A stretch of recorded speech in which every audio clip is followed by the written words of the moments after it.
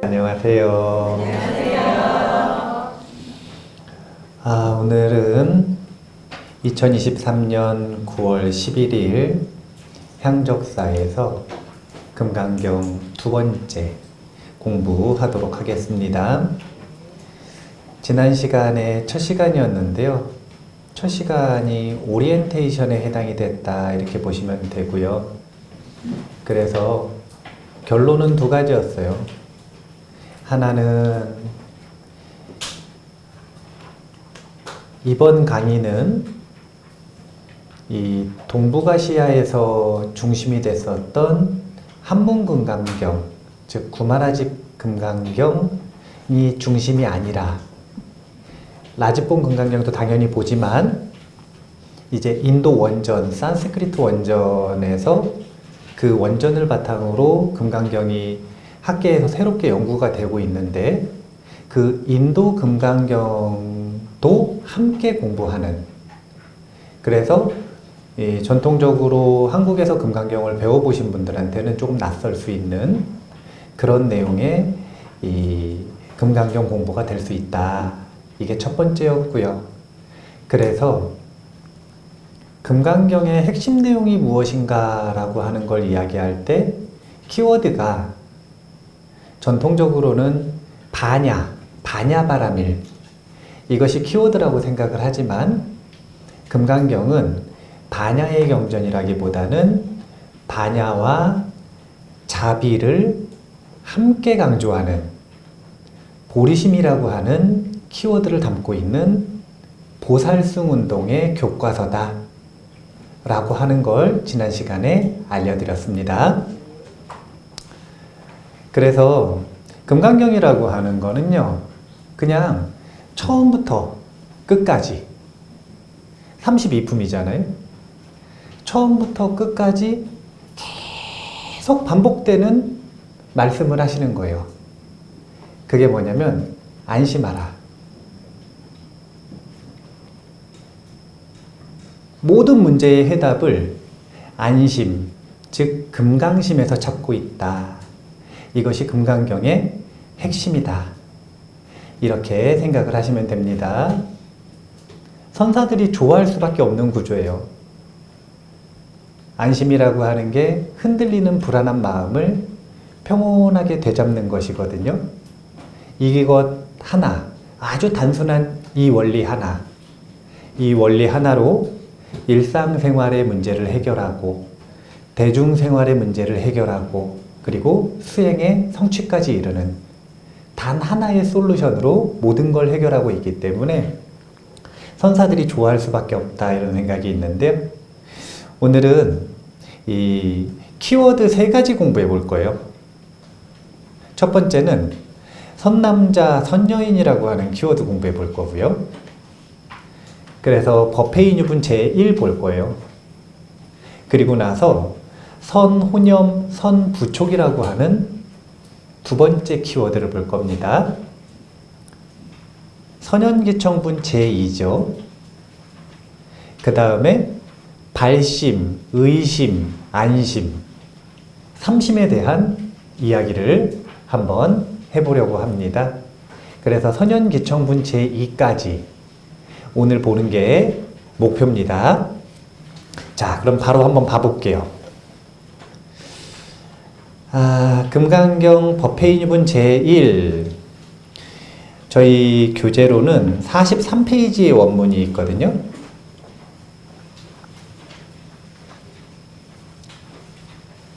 (43페이지) 찾으셨어요? 네. 제 목소리에 맞춰서 한번 따라 읽어볼게요. 이와 같이 나는 들었습니다.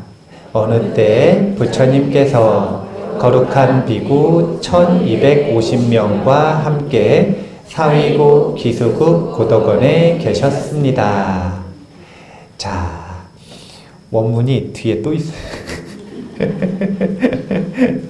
이제 두 번째는 어디냐면 50페이지입니다. 50페이지.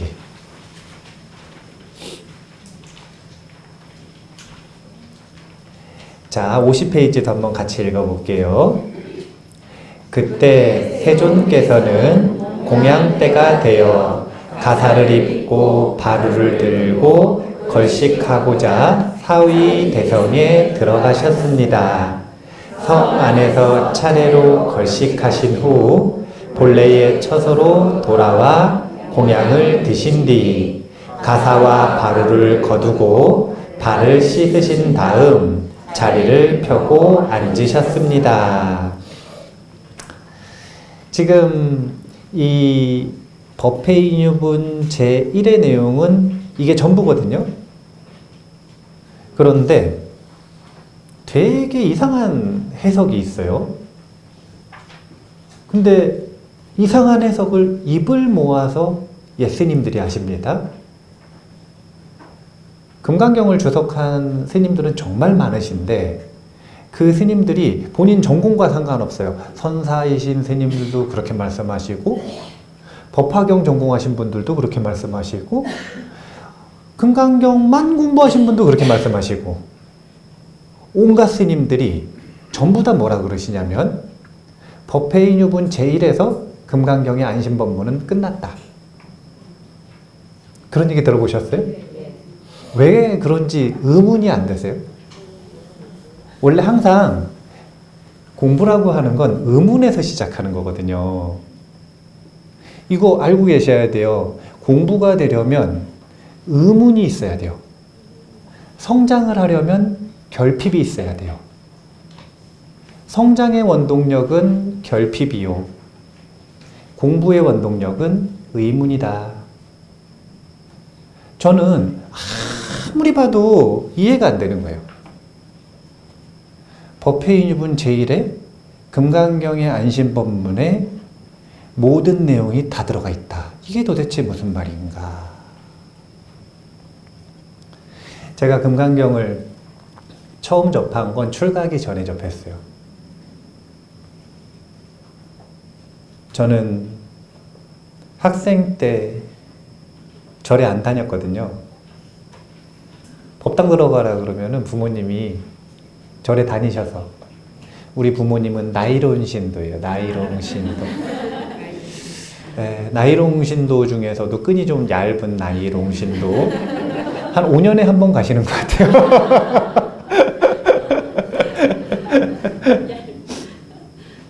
근데 저한테 가끔씩 이제 법당 같이 가자고 하시는 때가 있었는데 저는 법당 절대 안 들어갔어요. 왜냐하면 무서운 거예요. 법당 들어가면 귀신 나올 것 같은 거라. 네, 그래서 그런 성향이었는데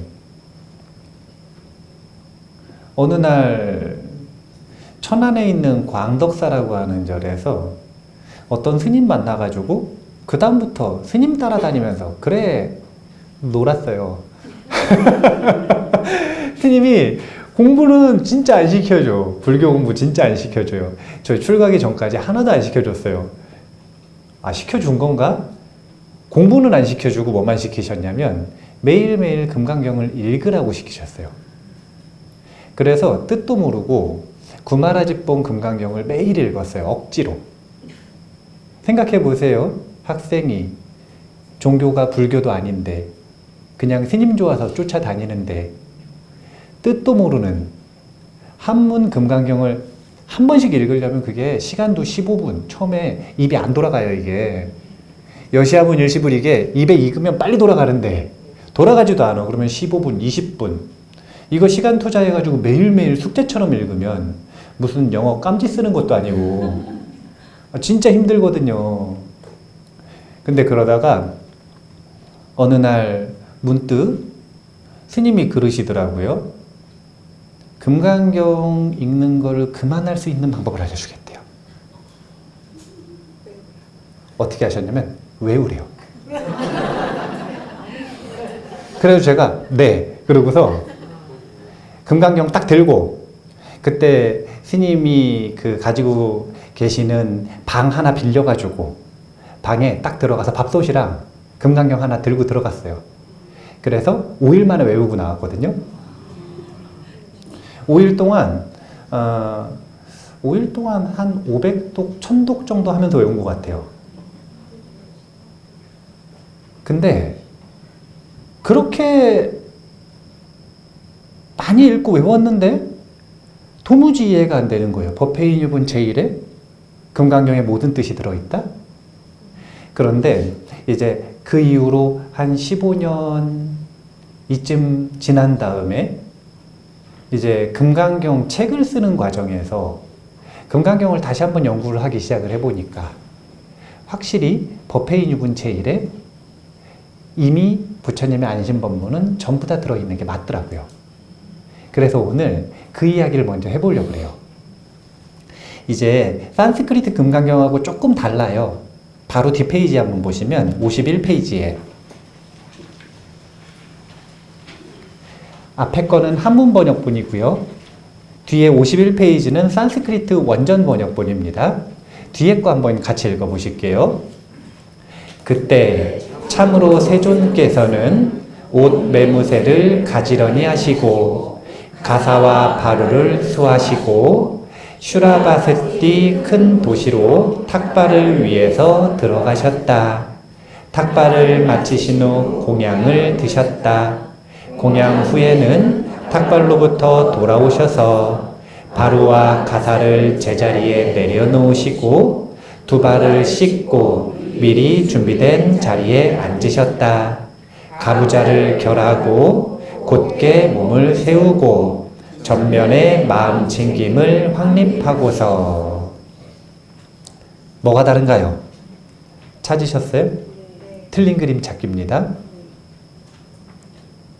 일단 가부좌를 결하고 곧게 몸을 세우고 전면에 마음 챙김을 확립하시고서 이 부분은 아예 번역을 안 했죠. 한문본에서는. 네. 그리고 두 번째는요. 이거 찾으시는 분이 있는지 없는지 모르겠는데 탁발을 마치신 후 돌아오셔서 공양을 드신 게 아니라 탁발을 마치신 후 바로 공양을 드셨습니다. 그러니까 이게 뭐냐면 인도 문화하고 중국 문화의 차이가 반영이 되어 있는 거예요. 자, 이 두 부분에서 차이를 볼 수 있고 일단은 지금 이 51페이지에 있는 이 내용을 딱 보시면 여기에 무슨 내용이 들어있는 건가요? 무슨 내용이에요? 일상생활. 그냥 일상생활. 맞나요? 그런데 그 일상생활이 어떤가 이것을 분석하는 것에서부터 부처님의 가르침에 입문하는 건 시작이 되는 거예요. 이유는 다른 게 없습니다. 부처님의 제자들이요, 2600년 전 인도에서 출가를 하잖아요. 그러면 경전 공부를 하든 아니면 윗바사나 주제를 잡아서 또는 사마타 주제를 잡아서 마음 수행을 하든 출가한 다음에 몇 년 뒤부터 공부를 할 수 있었냐면요 5년 뒤 최소. 그러면은 5년 동안은 뭘 했느냐? 라이프 스타일을 바꾸는데 5년을 투자했습니다. 일상생활. 그러니까 원래 부처님의 수행 방법, 수행 과정, 수행 순서라고 하는 건 맨 처음부터 법문을 듣고 법문을 외우고 이게 아니요. 갑자기 무슨 깨닫는다고 마음 수행을 하는 게 아니에요. 라이프 스타일이 바뀌지 않은 상태에서 아무리 경전을 공부해봐야 머리는 똑똑해질지 모르겠으나 마음은 변화하지 않아요. 마음 수행을 아무리 해봐야 부처님이 이렇게 말씀하셨거든요. 인색한 마음에서는 단 하나의 선도 자라나지 못한다. 뭐라 그래요? 그거 영양소 없는 땅. 불모지 같은 마음. 황무지 같은 마음. 그런 마음에서 선한 마음의 공덕이 자라날 리가 없어요. 그래서 부처님은 최소 5년이에요. 최소. 여기서 말하는 최소 5년은 은사 스님이 허락해줘야 증명해 주는 겁니다. 그래, 이제 당신은 라이프 스타일이 바뀌었다. 그 기준이 뭐냐면 250개를 전부 다 생활 속에서 익히는 겁니다. 스님들은 계율이 250가지라. 법우님은 계율 몇 가지 받으셨어요? 빨리 대답이 나오셔야지. 5개밖에 안 되는데 빨리빨리 대답이 나오셔야죠.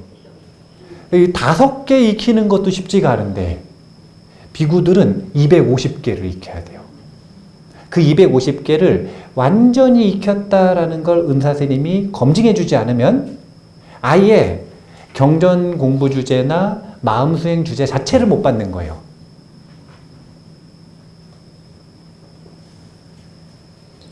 금강경은 대승경전들 중에서도 초기 대승경전이라고 얘기합니다. 정말 이른 시기에 결집된 대승경전이에요. 그러다 보니까 초기 경전의 느낌을 그대로 답습하고 있어요. 그러니까 그 초기 경전의 느낌이 대승경전으로 전환되는 시기이기 때문에 이 두 가지 형태를 다 가지고 있습니다. 그리고 초기 경전, 인도에서 살아가셨던 인간 부처님, 인간 석가모니 부처님의 가르침을 그대로 담고 있어요. 1번은 라이프 스타일을 보는 것부터 시작됩니다. 제가 선남자, 선여인에 대한 이야기를 오늘 첫 번째로 한다 그랬는데요. 부처님의 라이프 스타일부터 한번 보면 아주 중요한 거예요. 이게 얼마나 중요한가? 부처님이 꼭 모든 제자들에게 이렇게 하기를 권할 정도로 중요했고, 그리고 이게 지금 현재 한국 불교의 교육과정에서 안 지켜지니까 어떻게 되는 거냐면 경전을 아무리 공부를 해도 본인이 느끼기에 성과가 없는 것 같고, 불교를 30년 공부했는데 누가 불교가 뭡니까? 그러면은 답하기가 껄끄럽고, 절에 오래 다녔는데 삶이 그렇게 바뀌지가 않은 것 같은 경우도 있고, 이게 뭐냐면 성과와 효율이 나질 않는 거예요. 순서대로 하면, 기초부터 단단하게 하면, 그러면 기초를 닦는 지난한 시간이 지나고 나면 그 과정을 견뎠기 때문에 그 다음부터는 노력하면 노력하는 대로 성과가 나올 텐데 이 과정을 겪지를 않는 거예요. 부처님은 3가지 습관을 정말 중요하게 여기셨습니다. 되게 막 어려운 얘기 나올 것 같으시죠? 아니요. 부처님은 첫 번째 식습관.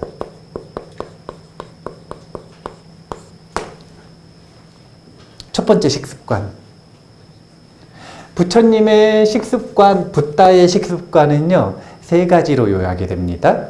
첫 번째는 소식. 두 번째는 이 걸식. 그리고 세 번째가 일종식이에요.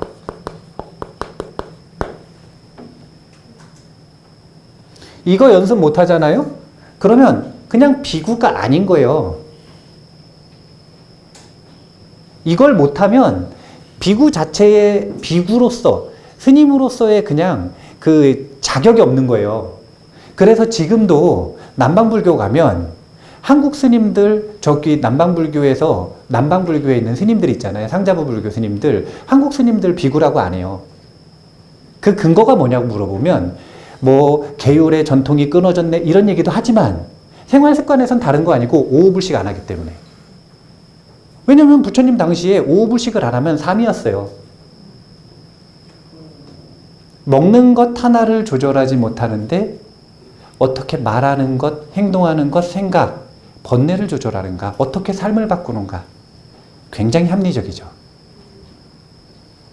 부처님께서 진짜 잔소리 많이 하시는 것 중에 하나가 이 먹는 거예요.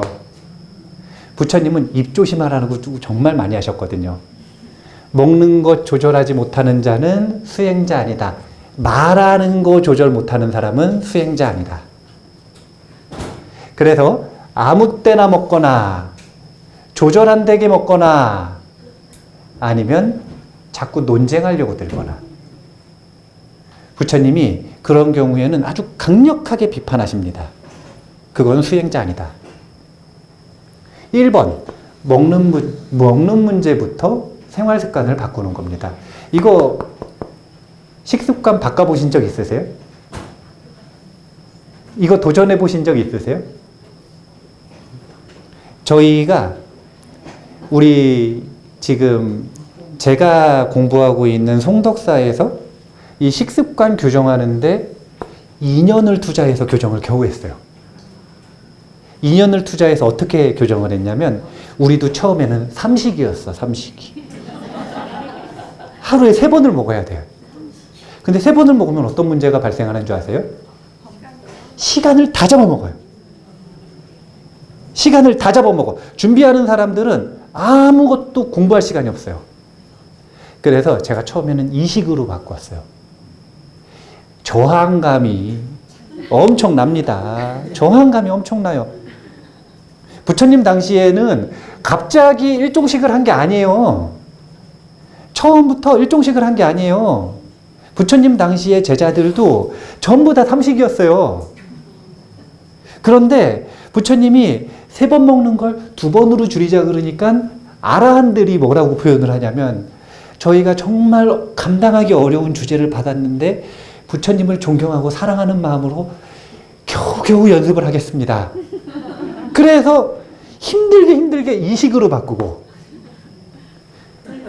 삼식을 이식으로 바꿨는데 이번에는 이식이 아니라 일식을 하라는 거예요. 우리가 일식으로 바꾸는데 2년이 걸렸어요. 처음에 식습관 개선을 시작을 할 때 대중이 15명이 있었거든요. 2년 동안 다 나가고 못 버티고 다 나가고 이제 8명 남았어요. 8명. 9명이에요? 9명 남았어요. 9명. 아니, 다른 거 없고 식습관 바꾸는데 그렇게 저항감이 큰 거예요. 그런데요, 식습관을 바꾸고 나니까 너무너무 좋아요. 너무너무 좋아요. 저는 항상 강조합니다. 뭐라고 강조하냐면 공부하는 사람은 최선을 다해서 공부하려고 적게 먹어야 된다. 많이 먹는 사람은 공부를 할 수가 없어요. 그냥 그 많이 먹는 것 자체가 번뇌를 증폭시키기도 하고요. 어리석게 만들고요. 복을 까먹고요. 시간을 다 잡아먹고요. 그냥 많이 먹는 것 자체가 문제라. 이것 때문에 다 질병 걸리고 이것 때문에 온갖 문제가 생기는 거예요. 부처님 당시에 부처님께서 정말 선진적인 라이프 스타일을 만드신 거예요. 부처님의 제자들이 질병에 걸릴 이유가 없어. 소식, 적게 먹죠. 걸식, 이거는 주는 대로 먹는다는 뜻이에요. 주는 대로 먹죠. 그러면 미식을 못해요. 걸식 나가가지고 저는 고기 빼주세요. 이럴 수가 없거든요. 저는 파마늘을 먹지 않습니다. 이럴 수가 없어요. 주는 대로 먹으면 탐욕이 사라집니다. 일종식, 이게 핵심인데 이게 바로 요즘 말하는 간헐적 단식이요. 이때 먹고 안 먹잖아요? 그러면 16시간, 17시간이 빈속이에요. 건강하지 않을 수가 없어요. 내과 질환에서는 완전히 자유로워지는 거예요. 식습관 바꾸는 게 첫 번째. 두 번째가요, 운동 습관이에요.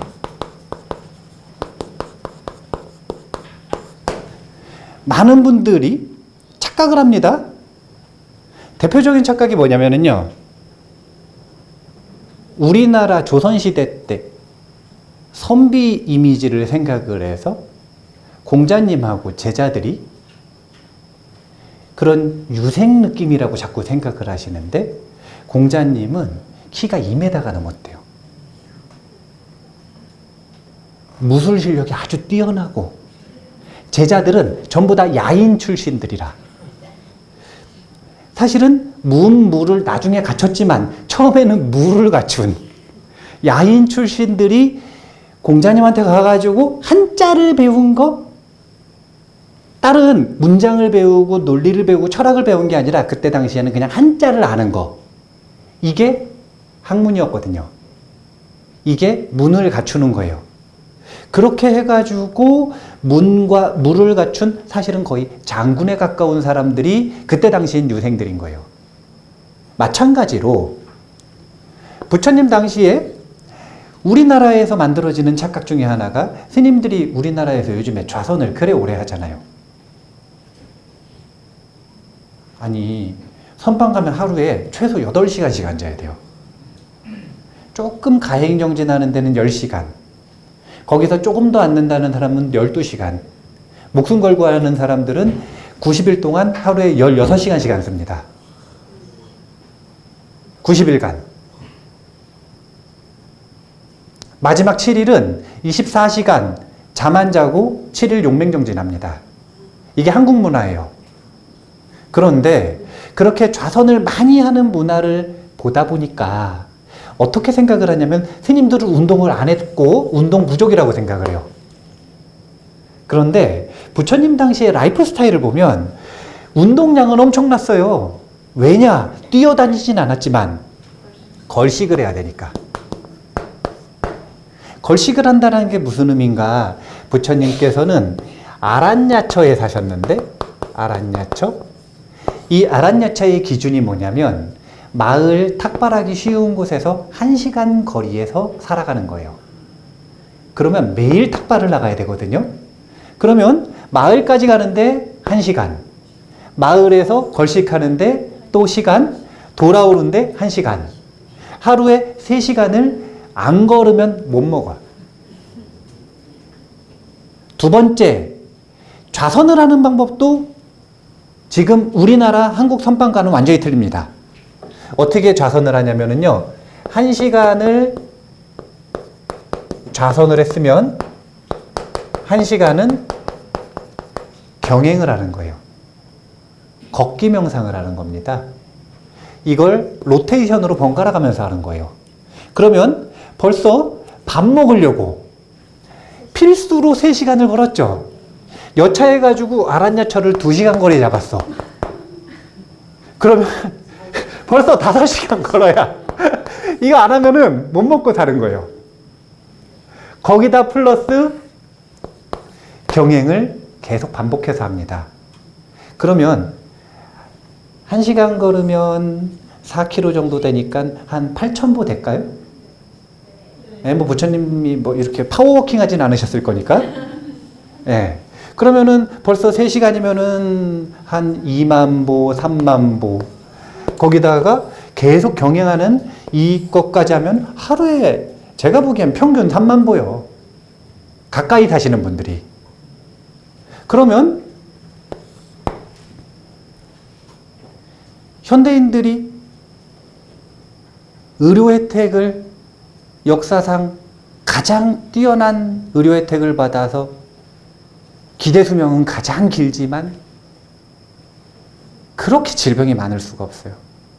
질병의 숫자와 질병에 걸린 사람들이 지금까지의 시대 중에 가장 많아요. 그리고 그 모든 질병의 주적을 뭐라고 표현을 하냐면 좌식생활이라고 표현합니다. 앉아서 생활하는 시간이 너무너무 길다. 인류 역사상 사람이 이렇게 오랫동안 앉아있는 문화가 없어요. 사람은 원래 앉아있는 존재가 아니거든요. 걷고 이동하고 뛰고 그렇게 설계된 존재들이라. 그런데 좌식 생활을 하면서 온갖 문제가 생기는데 부처님 당시에는 운동량이 충분했다. 식습관, 운동이 있으면 그 다음 뭐가 있을까요? 수면이 있죠.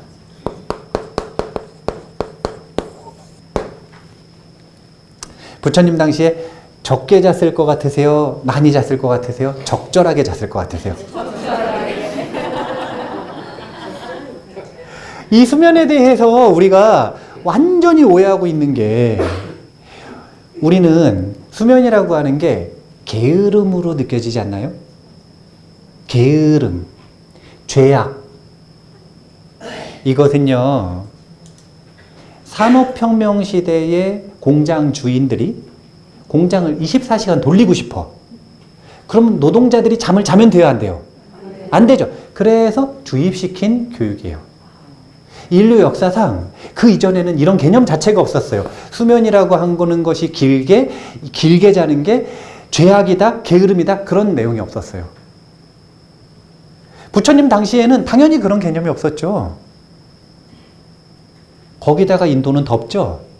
그러니까 거긴 또 낮잠도 잡니다. 낮에 활동하는 건 목숨 걸고 미친 사람이나 활동하는 거예요. 왜냐면 정말로 열사병 걸려서 죽어버려요. 그러니까 낮잠 자죠. 거기다가 잠이 모자랄 때 좌선을 하면 진짜 좋아요. 졸음이 금방 오거든요. 그리고 한 15분만 딱 자도 피곤함이 확 풀려. 그러니까 스님들은 수면이 부족할 이유가 전혀 없다. 적게 먹지, 운동하지, 잠 잘 자지. 이 라이프 스타일이 뭘 의미하는 거예요? 건강하다는 뜻이에요. 제가 한 가지만 더 보태볼까요? 이런 라이프 스타일 플러스 다양한 계율들을 5년간 익히지 않습니까? 그런데 5년 익히고 나서 수행 주제를 받아요.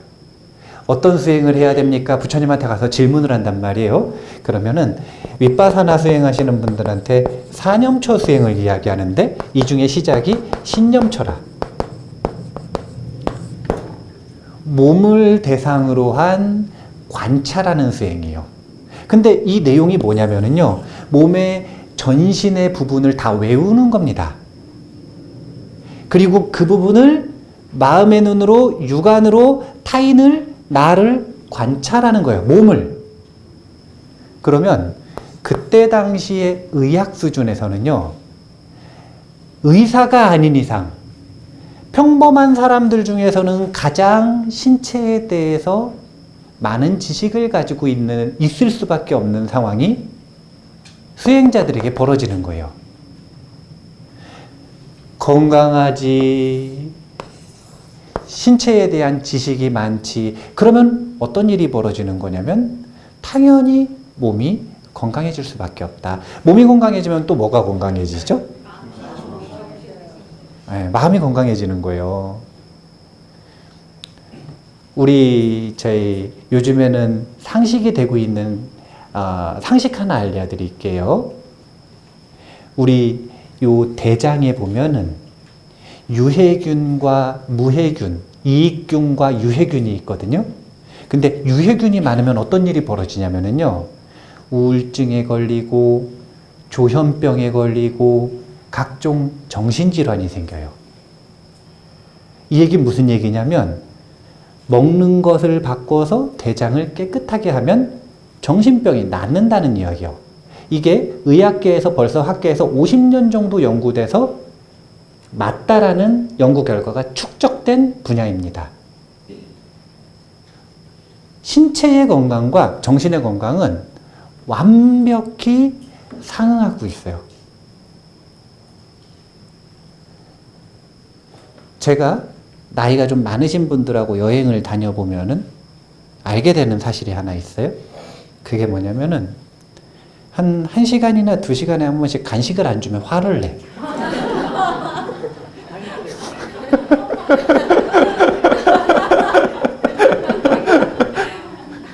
그게 뭐 때문인지 아세요? 당이 떨어지니까 그걸 뭐라 그러냐면 저혈당 쇼크라 그래요. 저혈당 쇼크. 근데 이 저혈당 쇼크라고 하는 게 아주 히스테릭한 반응들을 보이는데 이게 뭐냐면 번뇌가 강해지는 거 아닙니까? 이 번뇌에 사로잡혀서 번뇌가 강해지는 현상이 뭐 때문이다? 몸에 있는 저혈당 때문이다. 그러면 그 습관을 교정하는 건 단순해요. 혈당을 적절하게 보충만 해주면 그 번뇌로부터 자유로워지는 거예요. 우리의 몸과 마음은 이렇게 밀접한 연관이 있습니다. 그래서요, 부처님께서 5년 동안 이 수행을 하고 라이프 스타일을 바꾸라고 하신 이유는 한마디로 요약하면 이거예요. 공부하고 수행할 거면 건강해라. 건강한 라이프 스타일을 안 가지고 있는데 무슨 공부냐? 무슨 수행이냐? 해봐야 부작용밖에 없는 거. 부처님이 이렇게 말씀하신 거예요. 그렇게 부처님께서는 본인이 그리고 부처님의 제자 집단인 승단의 라이프 스타일을 지금 이 법회인유분 제1에 나타나는 모습, 표준 모습처럼 바꾸셨어요. 그런데 재밌는 건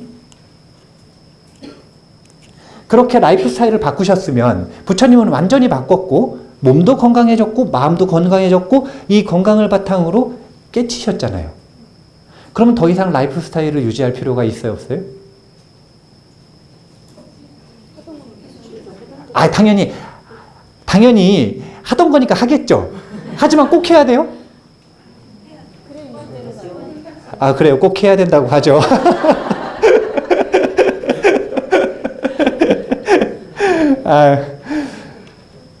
부처님께서는 이런 건강한 라이프 스타일을 제자들에게 알려주고요.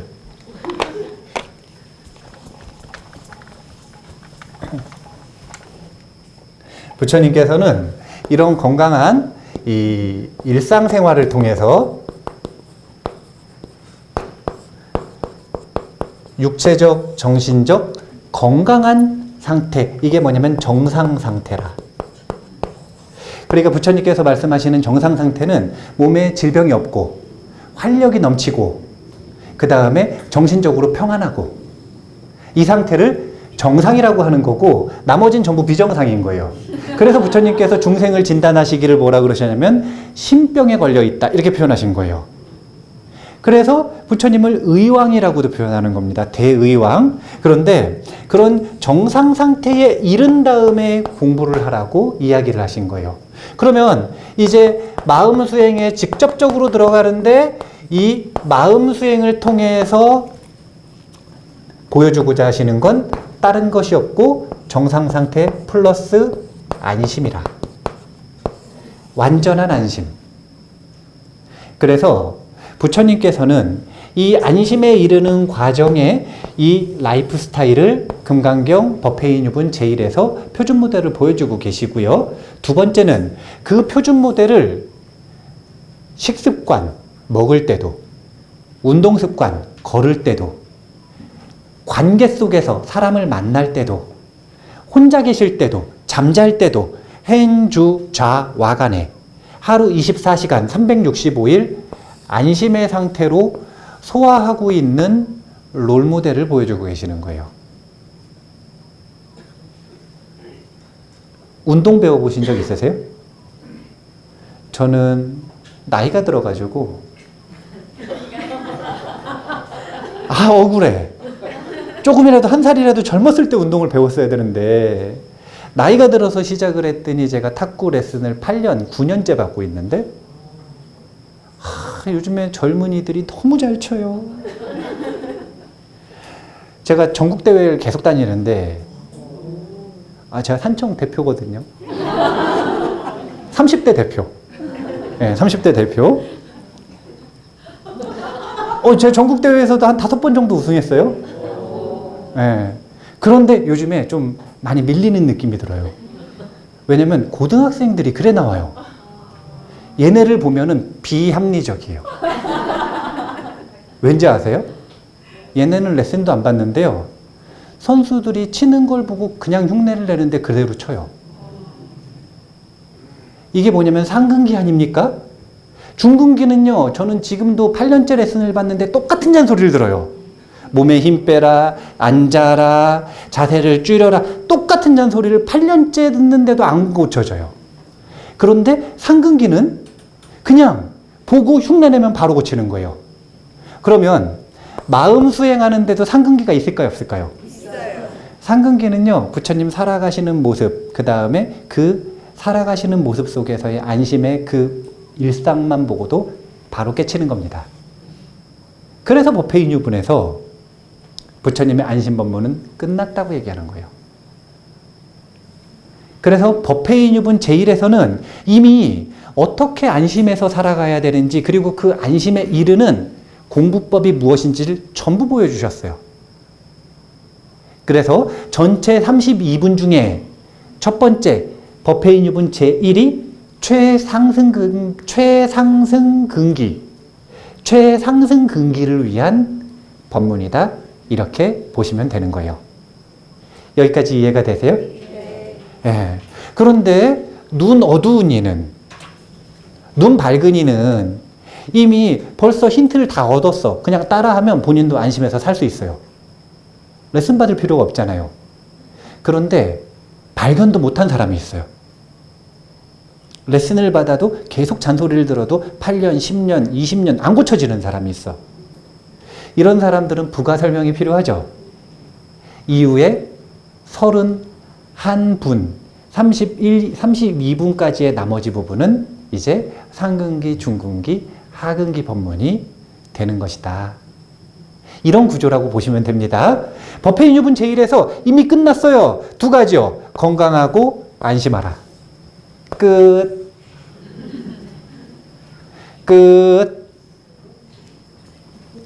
그러면 시간이 아직 좀 있으니까 선남자 선녀인 이제 들어가네요. 제가 오늘 선남자 선녀인 한다 그랬잖아요. 네. 선남자 선녀인이 어떤 뜻인 줄 아세요? 아, 예. 아, 좋아요. 예. 아, 좋습니다.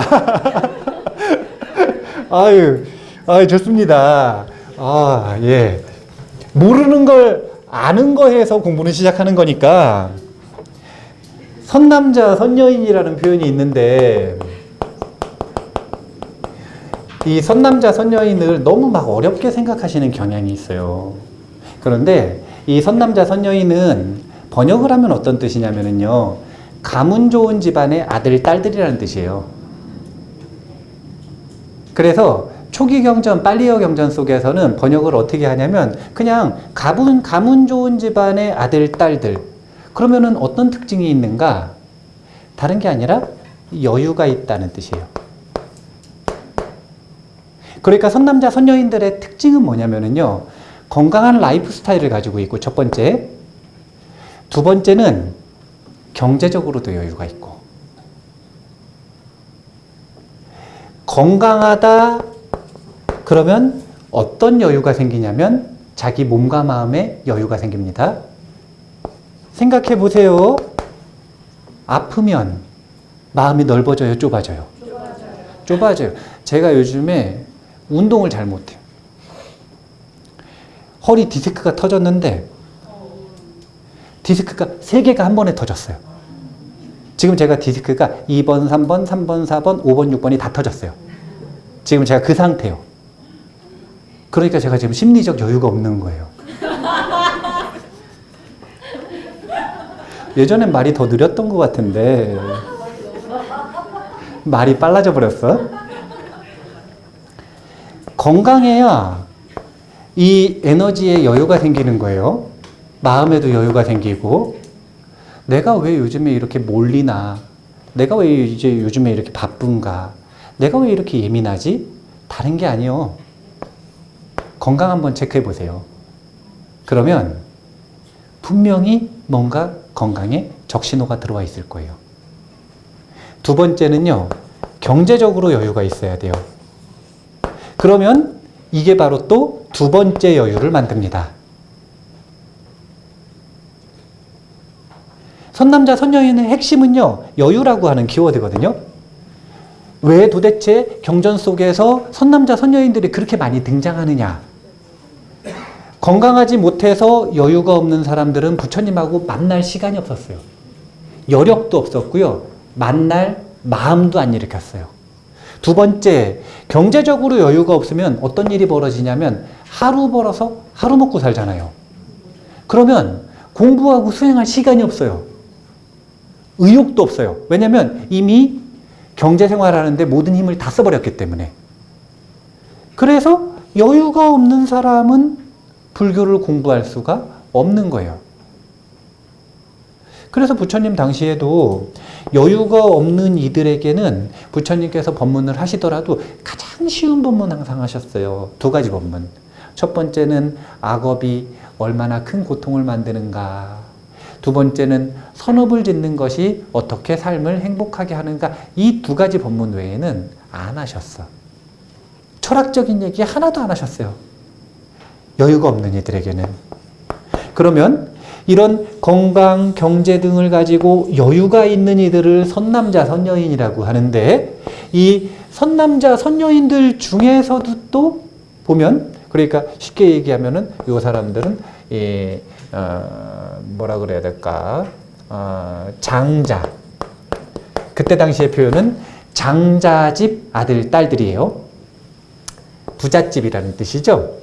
부잣집 아들, 딸들이 선남자, 선여인인데, 이 장자집의 아들, 딸들이 여유가 있다는 건 공통이지만, 이 중에서 공부에 관심이 있는 사람, 공부에는 관심이 없는 사람이 있죠. 예. 그러니까 요 선남자, 선여인들은 이 사람들 전부를 의미하기도 하지만, 불교 경전에서 부처님을 만났던 선남자, 선여인들은 여유가 있으면서 불교 공부에 관심이 있는 사람, 이 사람들을 선남자, 선여인이라고 했다. 이렇게 생각을 하시면 돼요. 자, 이 이야기를 왜 오늘 하고 시작을 했느냐? 의도가 있죠. 그게 뭐냐면, 금강경을 잘 공부를 하시려면 일단 첫 번째, 생활 습관을 좀 바꾸셔야 돼요.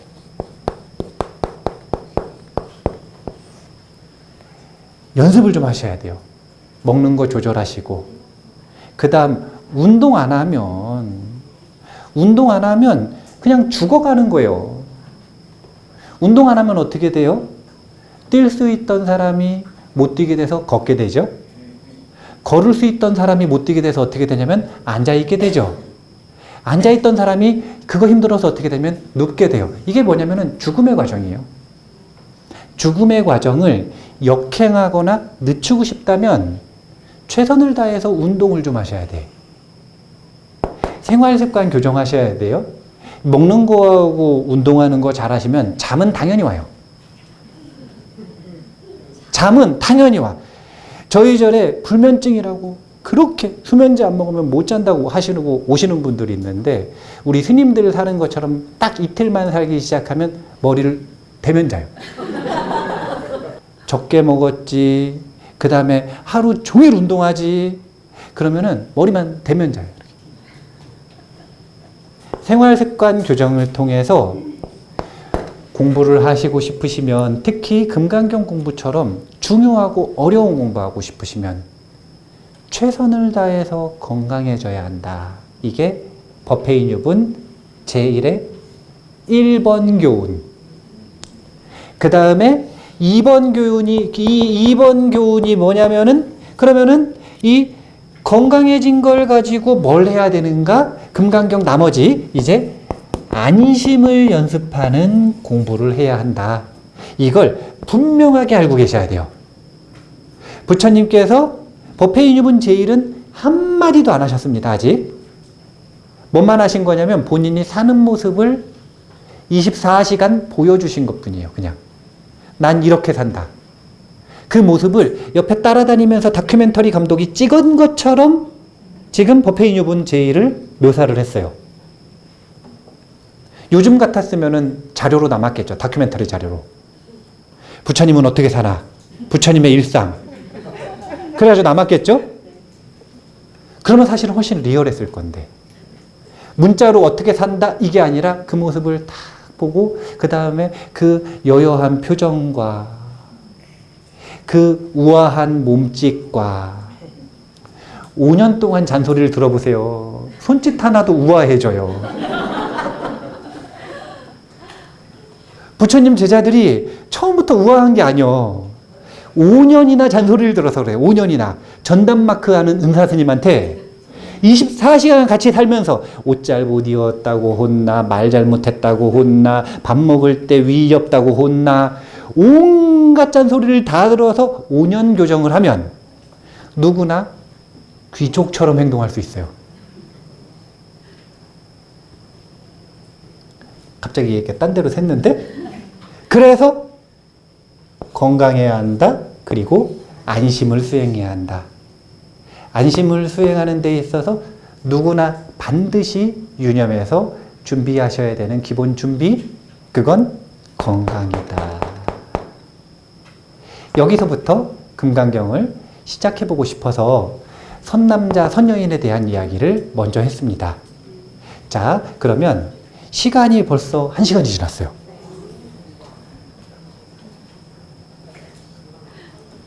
10분 쉬었다가 10분 쉬었다 다시 하겠습니다. 자, 그러면 네.